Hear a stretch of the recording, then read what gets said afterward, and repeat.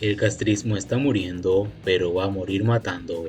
¿Cómo están amigos? Bienvenidos a Noticias Importantes. Esperamos sus opiniones en los comentarios. Comenzamos. El régimen está atrapado en su propia contradicción. Tanto ha reprimido económicamente al pueblo para conservar el poder, que el país se ha quedado sin economía, y esto se hace cada vez más difícil de mantener el poder. En el teatro entrevista protagonizado por Miguel Díaz-Canel y su más fiel guatacona de la Unión de Periodistas de Cuba, Allen Rodríguez, hay una frase desentendida por los medios que, sin embargo, es un reconocimiento oficial de que el castrismo está en coma y a menos que un tercero lo rescate, la situación es insalvable. Aunque la conversación fue grabada, editada y conducida de modo que más que diálogo parecía una exposición de un mal memorizado trabajo práctico de quinto grado, hubo raros momentos de espontaneidad, como cuando el designado justificó, emocionalmente ofuscado, la falta de resultados de su gestión con la carencia de dólares. Hoy las divisas prácticamente nos están dando para comprar un poco de combustible que no alcanza y fraccionalmente la canasta y otros insumos que son necesarios para mantener la vitalidad de lo fundamental de la población. El castrismo está en las últimas y lo reconoce su propio administrador. La escueta frase no solo se refiere al poco dinero que tienen, sino a cómo lo utilizan para mantener la vitalidad de lo fundamental de la población. Es decir, con lo poco que hay priorizan pollo y aceite y no invierten en piezas de repuesto y maquinaria, lo que no mejora la situación presente, pero sí condena la futura. Este patrón de poca inversión, agravado con la mala inversión que siguen haciendo en el turismo, explica el agujero en el que está metido el país. El castrismo tiene hace años una hemorragia activa, la descapitalización de su base productiva, y aunque sabe que lo más importante es cerrar esa herida y aumentar la formulación bruta de capital antes de caer en una anemia aguda, coma y muerte, colapso económico, inestabilidad social, que ha quedado sin recursos para invertir tras 65 años malgastándolos, mala asignación por una economía centralizada, y no le queda confianza internacional para que otros les presten dinero, inversión extranjera y deuda.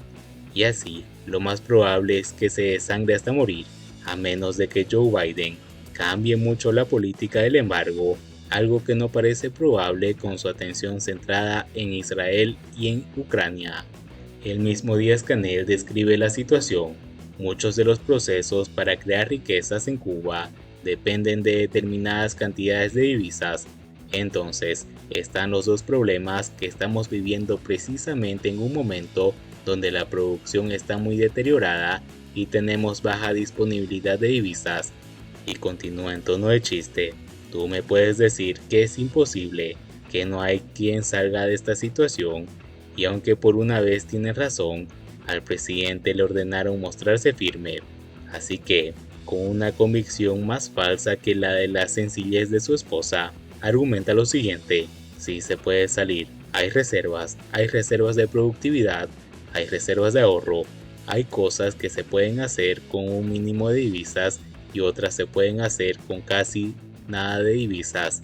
Lo que pasa es que tenemos que creérnoslos, y esa es una discusión que es política, que la estamos haciendo ahora y la estamos sistematizando en encuentros de intercambio que en estos días hemos hecho con los buros provinciales del partido en cada uno de los territorios.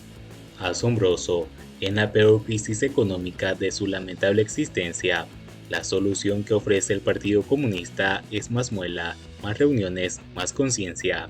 Pero la realidad es que el peor enemigo del socialismo, y la realidad que es, sin desmantelar ese totalitarismo que hasta ahora les ha garantizado el poder, no hay posibilidad de que Cuba mejore.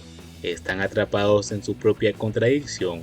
Tanto han reprimido económicamente al pueblo para conservar el poder, que han quedado sin economía y así les será cada vez más difícil mantener el poder. No obstante, ya anuncian una próxima jugada, el apartheid de la libreta de abastecimiento.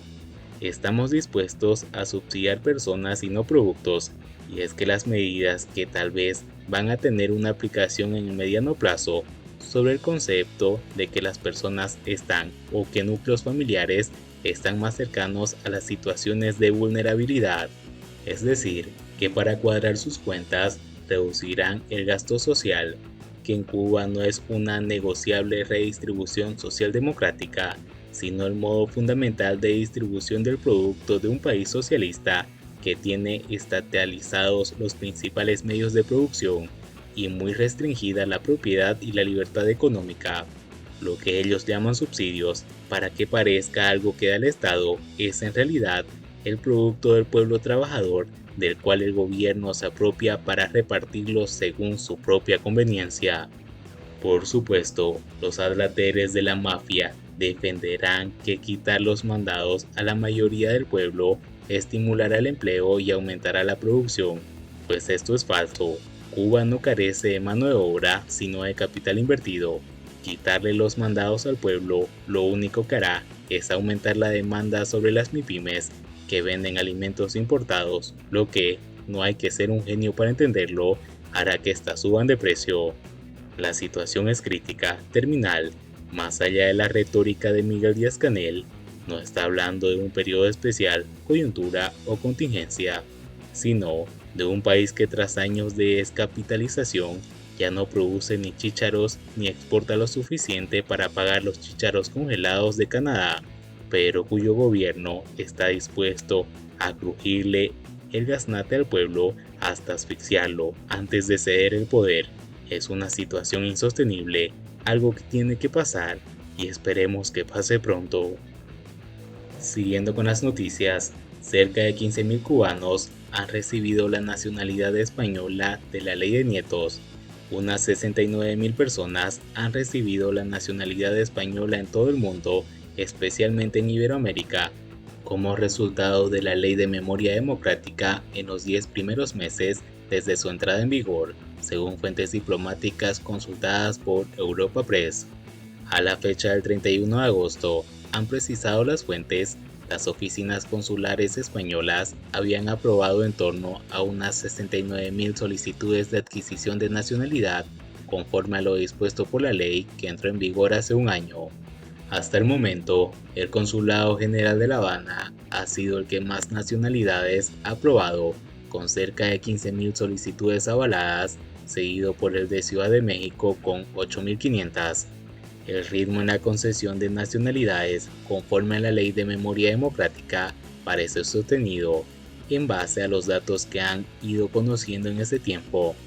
3 meses después de la entrada en vigor de la norma, el 31 de enero, eran 12.800, mientras que cumplidos los 5 meses, al 31 de marzo, la cifra se situaba en unos 26.500. Muchos cubanos han recurrido a esta vía para escapar de la crisis que atraviesa la isla mediante la emigración, aunque son muchos los que, pese a tener nacionalidad española, permanecen en Cuba. Y bien amigos, así vamos terminando las noticias importantes del día de hoy. Por favor, nos ayudarían mucho compartiendo las noticias y así poder informar a muchas más personas de la verdadera realidad en Cuba. Patria y vida mis hermanos, nos vemos en el siguiente informe.